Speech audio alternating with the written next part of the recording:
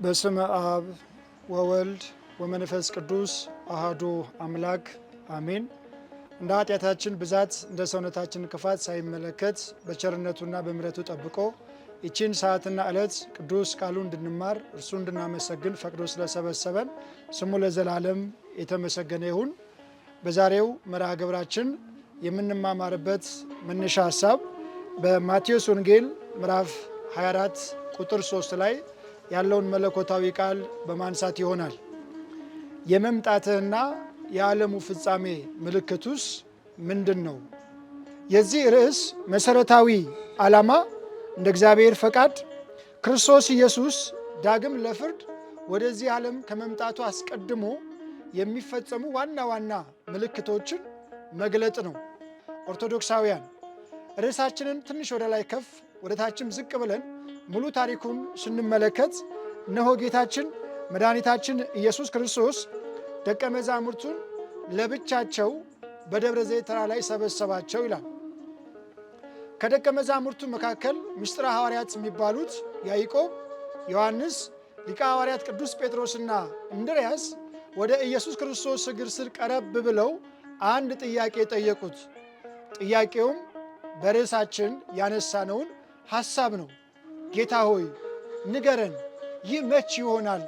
የመምጣትና የዓለሙ መጥፊያ ምልክቱስ ምንድን ነው? ብለው ጥያቄ ያቀረቡለት ይላል። ጌታችን መድኃኒታችን ኢየሱስ ክርስቶስ እንዲህ አላቸው። የክርስቶስ መምጫ የዓለም መጥፊያ ምልክቱ ከሆነው የመጀመሪያው ክርስቶስ ኢየሱስ ከገለጠላቸው ኃይለ ቃል አንዱ ሃይማኖታዊ በሆነ ጉዳይ ላይ እንዲህ አላቸው። የሚያስታችሁ እንዳይኖር ተጠንቀቁ። የሚያስታችሁ እንዳይኖር ተጠንቀቁ። ብዙዎች እኔ ክርስቶስ ነኝ እያሉ በስሜ ይመጣሉና ብዙዎችንም ያስታሉ። እነሆ ሐሰተኞች ነቢያት፣ ሐሰተኞች መምህራን ይነሳሉ። ይህ ብቻም አይደለም፣ የተመረጡትን እንኳን እስኪያስቱ ድረስ ድንቅን ተአምራት ያደርጋሉ በማለት ጌታችን መድኃኒታችን ኢየሱስ ክርስቶስ ሃይማኖታዊ በሆነ ጉዳይ ላይ እንዲጠነቀቁ ከሐሳውያን መምህራን ነቢያት ራሳቸውን እንዲሰውሩ ይህንን ቅዱስ ቃል ተናግሯቸዋል። የተወደዳችሁ የልዑል እግዚአብሔር ቤተሰቦች፣ በእርግጥ የዓለም መጥፊያ የክርስቶስ መምጫ ቀኑ እንደደረሰ ከምናውቅበት ዋናው ምልክት አንዱ ሃይማኖታዊ በሆነ ጉዳይ ላይ ክርስቶስ የተናገረው ኃይለ ቃል ነው። ዛሬ በዓለማችን ላይ ብዙ አይነት ቤተ እምነቶች አሉ። ሁሉም ስላሉበት ሃይማኖት እምነት የራሳቸውን ዶክትሪን ይገልጣሉ። እኛ እንደ ኢትዮጵያ ኦርቶዶክስ ተዋሕዶ ቅዱስ ቤተ ክርስቲያን አስተምህሮ እንዴት ራሳችንን መጠበቅ እንዳለብን ቤተ ክርስቲያን ሁል ጊዜ እያስተማረች ትገኛለች። ነገር ግን እነዚህ ሐሳውያን መምህራን፣ ሐሳውያን ነቢያት ደግሞ በዘመናችን ዛሬ እናጠምቃለን፣ እንፈውሳለን፣ እንቆቅልሽን እናውቅልሃለን፣ ቋጠሮንም እንፈታልሃለን የሚሉ ብዙ ሐሳውያን አሉ። እኒህ ብቻም አይደሉም። አንዳንዶቹ ምድራዊ ቁስ ለመሰብሰብ ሀብት ንብረት ለማከማቸት ሲሉ እውነቱን ሐሰት፣ ብርሃኑን ጨለማ፣ ጣፋጩን መራራ፣ ነጩን ጥቁር አድርገው ስተው የሚያሳስቱ፣ ጠመው የሚያጣምሙ፣ ሕዝቡንም የሚያደናግሩና የሚያሳስቱ ሞልተዋል። አምላካችን እግዚአብሔር ከሐሳውያን ነቢያት እንዲሰውረን ቅዱስ ፈቃዱ ይሁንልን። የተከበራችሁ የልዑል እግዚአብሔር ቤተሰቦች፣ ክርስቶስ ኢየሱስ በዚሁ በማቴዎስ ወንጌል ምዕራፍ 7 ላይ አስቀድሞ ለደቀ መዛሙርቱ የተናገረው ቃል አለ እንዲህ የሚል የበግ ለምድ ለብሰው ወደ እናንተ ከሚመጡ ከሐሳውያን ነቢያት ተጠንቀቁ። የበግ ለምድ ለብሰው ከሚመጡ ሐሳውያን ነቢያት፣ ሐሳውያን መምህራን፣ ሐሳውያን አጥማቂዎች፣ ሐሳውያን ፈዋሾች፣ ከነዚህ ራሳችሁን ጠብቁ። እነርሱም አለ በውስጣቸው ነጣቂ ተኩላዎች ናቸዋል። አያችሁ፣ የበግ ለምድ ለብሰዋል፣ ራሳቸውን ቀይረዋል፣ ግን ነጣቂ ተኩላዎች ናቸው በማለት ጌታችን ኢየሱስ ክርስቶስ ይህንን ኃይለ ቃል ተናግሯል። ብርሃነ ዓለም ቅዱስ ጳውሎስም በዚህ በአንደኛ ጴጥሮስ ምዕራፍ 4 ከቁጥር 1 እስከ 2 ስንመለከት በኋላ ዘመን ይላል። በኋላ ዘመን በመጨረሻው ዘመን ማለት ነው። ብዙዎች ሃይማኖታቸውን ይክዳሉ። ተመልከቱ፣ ብዙዎች ሃይማኖታቸውን ይክዳሉ። ደግሞ የሚያስቱ የአጋንንትን የሰይጣንን ትምህርት የሚከተሉ በግልጥ ይነሳሉ ይላል። አያችሁ፣ ኦርቶዶክሳውያን ሃይማኖታቸውን ይክዳሉ። በእነማን? በሐሳውያን መምህራን፣ በሐሳውያን ነቢያት፣ በሐሳውያን አጥማቂዎች፣ በሐሳውያን ፈዋሽ ነን በሚሉ ሰዎች። ምንጫቸው መነሻቸው ደግሞ አለ ርኩስ መንፈስ ነው፣ ዲያብሎስ ነው፣ ሰይጣን ነው አለ ብርሃነ ዓለም ቅዱስ ጳውሎስ። የሰጧችሁን ጥቅስ ተመልከቱት። ሊቀ ሐዋርያት ቅዱስ ጴጥሮስም ከነዚህ ከሐሳውያን ነቢያት መምህራን እንድንጠበቅ ሲመክረን እንዲህ ይላል። በሁለተኛ ጴጥሮስ ምዕራፍ 2 ከቁጥር 1 እስከ 3 ድረስ እናንተ ሰፊውን ታሪክ ተመልከቱት። ቅልቅል የሌለበትን የቃሉን ወተት ተመኙ። ተዋሕዶ እምነታችን ንጽሕት ናት፣ ቅድስት ናት። የተበረዘ የተከለዘ ነገር የላትም። የምትቀላውጥበት ምክንያት የላትም። ስለዚህ አለ ሊቀ ሐዋርያት ቅዱስ ጴጥሮስ ቅልቅል የሌለበትን የቃሉን ወተት ተመኙ። በቃ መመኘት ያስፈልጋል። ንጹሕ የሆነውን የእግዚአብሔርን ቃል በምንም እንክርዳድ ያልተቀላቀለውን እንድንመኝ ቅዱስ ጳውሎስ ይገልጣል። መልሶ ወንጌላዊ ቅዱስ ዮሐንስ በዚህ በአንደኛ ዮሐንስ ምዕራፍ 4 ከቁጥር 1 እስከ 6 ሰፊውን ታሪክ ተመልከቱት። ግን እንዲህ ይለናል፣ ወንድሞች ሆይ መንፈስን ሁሉ አትመኑ፣ ብዙዎች ሐሰተኞች ነቢያት ወደ ዓለም መጥተዋልና። አያችሁ፣ መንፈስን ሁሉ አትመኑ። ከእግዚአብሔር ነው ወይስ ከርኩስ መንፈስ ነው? መመርመር፣ መጠየቅ፣ ግራና ቀኙን ማስተዋል ያስፈልጋል። አትመኑ። ለምን? ሐሳውያን ነቢያት፣ ሐሳውያን መምህራን፣ ሐሳውያን አጥማቂዎች፣ ሐሳውያን ፈዋሾች መጥተዋል፣ በምድሪቱ ላይ በዝተዋልና። አዎ፣ ስለዚህ በዚህ በመጨረሻው ዘመን ሐሳውያን መምህራን እንደበዙ ስንመለከት የክርስቶስ መምጫ የዓለም መጥፊያ ምልክቱ እንደደረሰ ልናውቅ ያስፈልጋል። ዞር ብለን በአስፓልቱ ስንመለከት አሁን ብዙ ጌታን ተቀበል የሚሉ ሞልተዋል። እንግዲህ መነሻቸው ሐሳቡ ይሄ ነው ማለት ነው። ሌላው ከዚሁ ርዕስ ዝቅ ሳንን ጌታችን መድኃኒታችን ኢየሱስ ክርስቶስ ለደቀ መዛሙርቱ የተናገራቸው ቃል አለ። በእኔ ስም እናንተ ስላመናችሁ፣ ተመልከቱ፣ በእኔ ስም እናንተ ስላመናችሁ፣ የመንግሥቱን ወንጌልን ስለሰበካችሁ፣ በእኔ ስም ስለተጠራችሁ ለመከራና ስቃይ ለሞት አሳልፈው ይሰጧችኋል። በሃይማኖት ምክንያት እውነትን የያዙ ማኅተቤን አልበጥስም፣ ሃይማኖቴን አልክድም፣ እንደ እንግዳ ደራሽ እንደ ውሃ ፈሳሽ በመጣ ሃይማኖት አልወሰድም ያሉትን ደግሞም እውነትን ያለ ሽንገላ ያለ ውዳሴ ከንቱ የሚናገሩትን መከራ ስቃይ እንደሚበዛባቸው ለሞት ተላልፈው እንደሚሰጡ ክርስቶስ ይህንን ቃል ይናገራል። ለመከራ ይሰጧችኋል፣ ይገድሉማችኋል። ነገር ግን አለ እስከ መጨረሻው የሚጸና እስከ መጨረሻው የሚበረታ እርሱ ይድናል።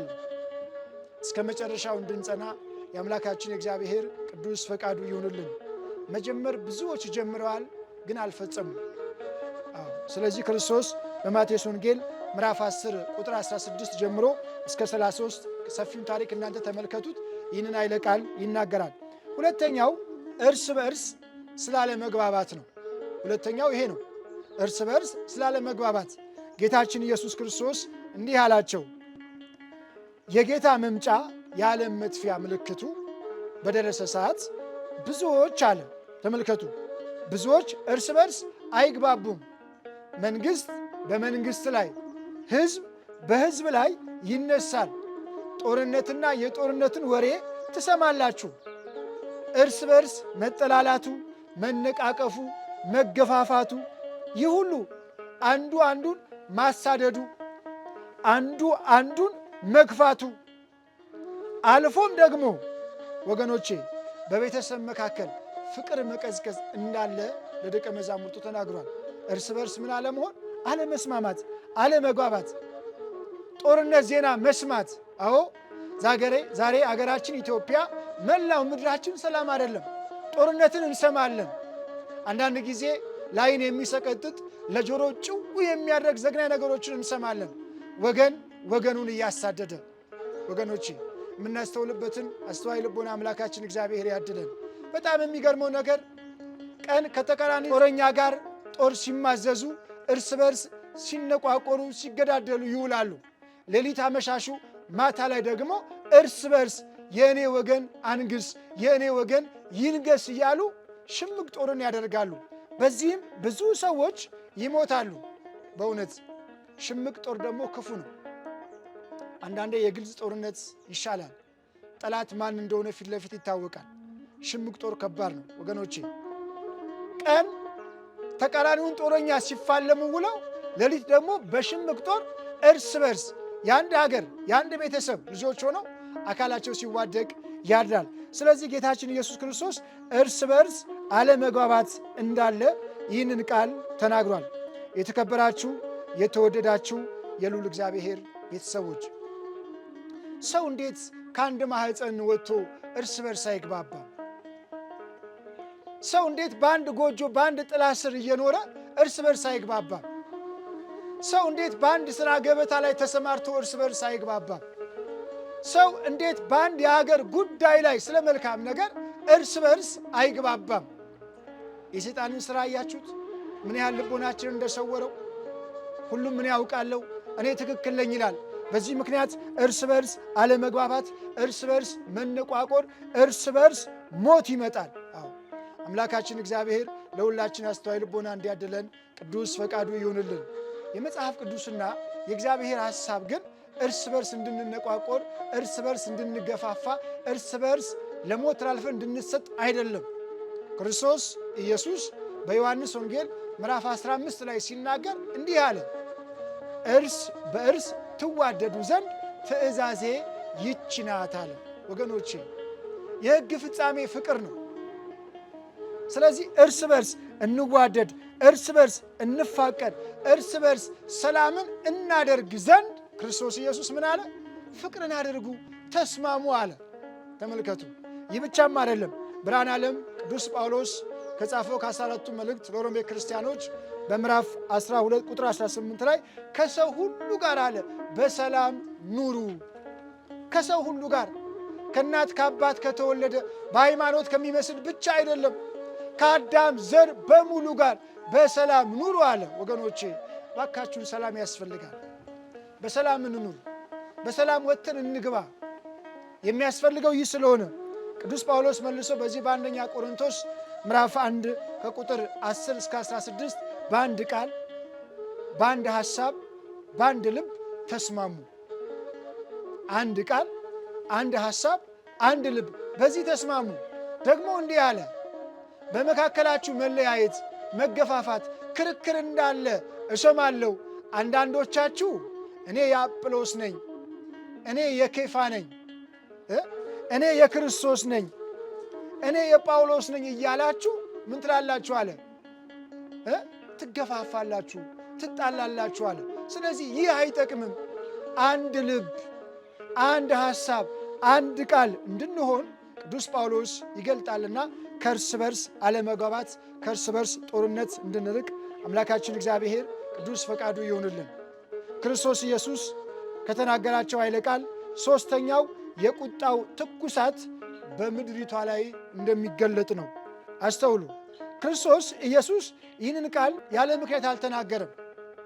ዛሬ ከሊቅ እስከ ደቂቅ ከሕፃን እስከ አዋቂ በቤተ መቅደሱ ያለን በአፋም ያለን ምዕመናን ሁላችንም በእውነት ሕግን ተላልፈናል፣ ስርዓቱን አፍርሰናል፣ እምነታችንን አጉድለናል፣ የተሰጠንን ኃላፊነትም በታማኝነት አልተወጣንም። አንዳንዶቻችን ደግሞ አውቀን በድፍረት በምንፈጽመው ኃጢአት ምክንያት በእውነት የእግዚአብሔር በትር በእኛ ላይ እንዲነሳ ሆኗል። በእኛ ኃጢአት፣ በእኛ በደል፣ በእኛ ሕግ መተላለፍ ምክንያት ወገኖቼ ምድሪቱ በረሃብ፣ በቸነፈር፣ በድርቅ፣ በወረርሽኝ በሽታ፣ በጩኸት፣ በልቅሶ፣ በዋይታ መከራ እያስተናገደች ትገኛለች። ተመልከቱ። እግዚአብሔር አምላክ አስተዋይ ልቦና ያድለን። ምድር ትኩሳቷ ከፍ ብሏል። አሁን ሰማይና ምድር እየተንቀጠቀጡ ነው። ቀላያት እየተናገሩ ነው።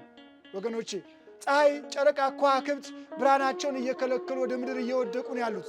ይህ ሁሉ ከኛ ኃጢአት፣ ከኛ በደል፣ ከኛ መተላለፍ የመጣ ነውና የዚህ ሶስተኛው የምድር ቁጣ ወይም ትኩሳት በምድር ላይ ዛሬ እያየን እንገኛለን። ነቢዩ ኢሳይያስ በዚህ በትንቢተ ኢሳይያስ ምዕራፍ 1 ቁጥር 19 ላይ ስንመለከት እሺ ብትሉ ብትሰሙ የምድር በረከት ትበላላችሁ፣ እሺ ባትሉ ባትታዘዙ ባትሰሙ ደግሞ አለ የዓለም ሰይፍ ይበላችኋል። ወገኖቼ አለመታዘዛችን አያችሁ ምድሪቷ ላይ ያመጣው።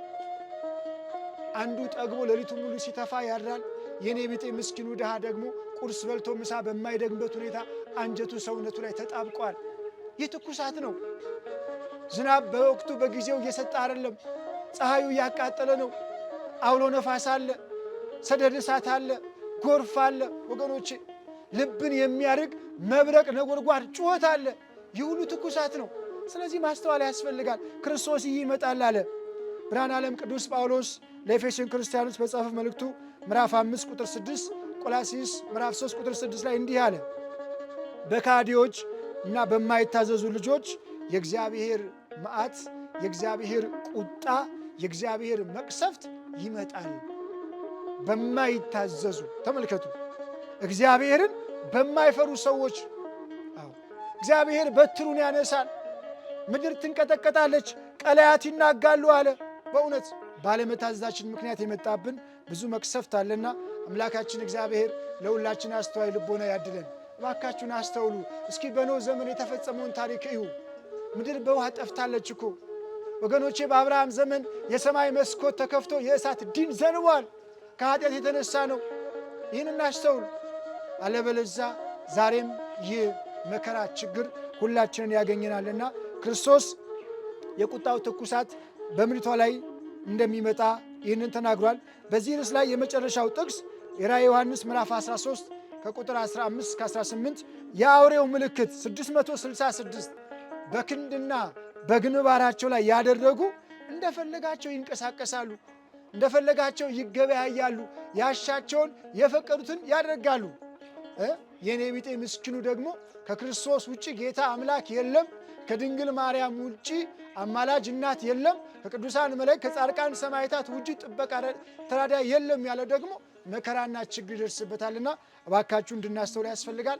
አምላካችን እግዚአብሔር ለሁላችን አስተዋይ ልቦና እንዲያድለን ቅዱስ ፈቃዱ ይሆንልን።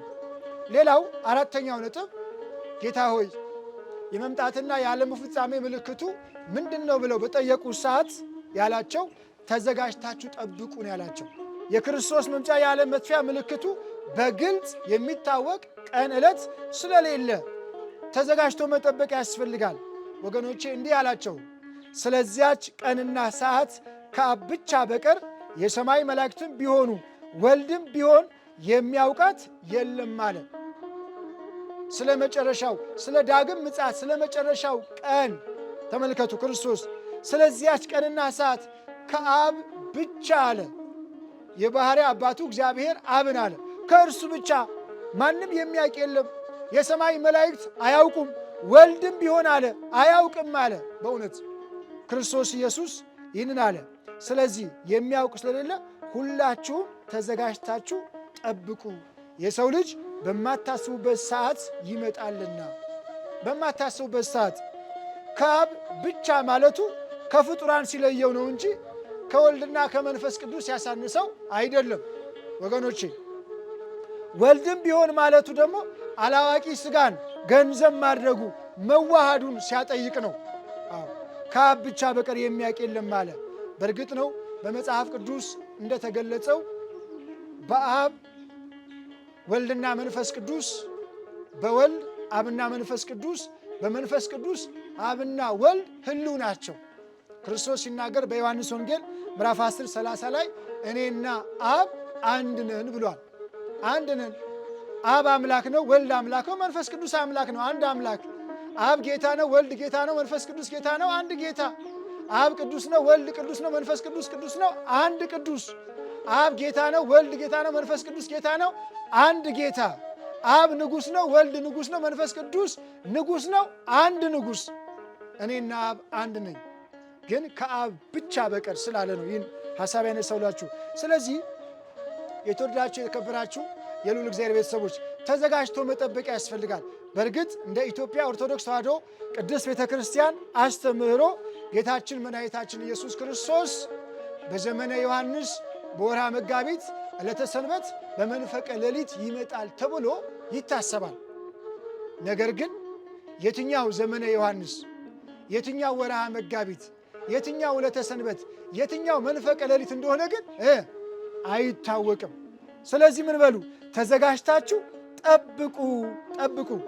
ወገኖቼ ምን አድርገን እንጠብቅ ካላችሁኝ፣ ወደ እግዚአብሔር ተመልሰን ንስሐ ገብተን ሥጋው ደሙን ተቀብለን የተጣላን ሰዎች ይቅር ለእግዚአብሔር ተባብለን የቅድስናን ሥራ በጎ ነገርን እየፈጸምን ወደ እግዚአብሔር ልንመለስ ያስፈልጋል። ምክንያቱም ሥጋዬን የበላ ደሜን የጠጣ የዘላለም ሕይወት አለው፣ ሥጋዬን ያልበላ ደሜን ያልጠጣ የዘላለም ሕይወት የለውም ብሎ ክርስቶስ ኢየሱስ ተናግሯልና በራዕየ ዮሐንስ ምዕራፍ 3 ቁጥር 3 ላይም ንስሐ ግቡ ባትተጋ ግን ድንገት እንደ ሌባ እመጣብሃለሁ ይላል። ንስሐ ግቡ ባትገቡ ባትተጉ ድንገት እንደ ሌባ እመጣባችኋለሁ ይላል። ወገኖቼ ወላጆቼ ለምንድነው ንስሐ የማገቡት? ወጣቶች ደረታችሁ ሰፍቶ ጡንቻችሁ ፈርጥሞ ያሻችሁ ተራራ ላይ እየወጣችሁ ቁልቁለት እየወረዳችሁ ነው። ለምን ንስሐ አትገቡም? ሕፃናቱን እሺ እንተዋቸው፣ ገና ንጽሐ ሥጋ ንጽሐ ነፍስ ላይ ያሉት። ስለዚህ ንስሐ መግባት ያስፈልጋል። አምስተኛውና የመጨረሻው ነጥብ ጌታችን መድኃኒታችን ኢየሱስ ክርስቶስ ለደቀ መዛሙርቱ ከተናገራቸው ኃይለ ቃል እርሱ በግርማ መለኮቱ በክብረ ትፍሲቱ እንደሚመጣ ነው። ተመልከቱ። የጌታችን መድኃኒታችን ኢየሱስ ክርስቶስ አመጣጡ እንደ መጀመሪያው አመጣጥ አይደለም ወገኖቼ። የመጀመሪያው አመጣጡ ደካማውን የሰውን ሥጋ ባህሪው ገንዘቡ አድርጎ ደግሞም ስግው ቃል በለበሰው ሥጋ ተርቦ ተጠምቶ ተጎሳቅሎ መከራና ስቃይን ተቀብሎ ነው። ዳግም ለፍርድ ወደዚህ ዓለም ሲመጣ ግን እንደዚህ አይደለም ወገኖቼ። በግርማው ይመጣል፣ በኃይሉ ይመጣል፣ በክብሩ ይመጣል፣ በጌትነቱ ይመጣል፣ በስልጣኑ በመለኮቱ ይመጣል።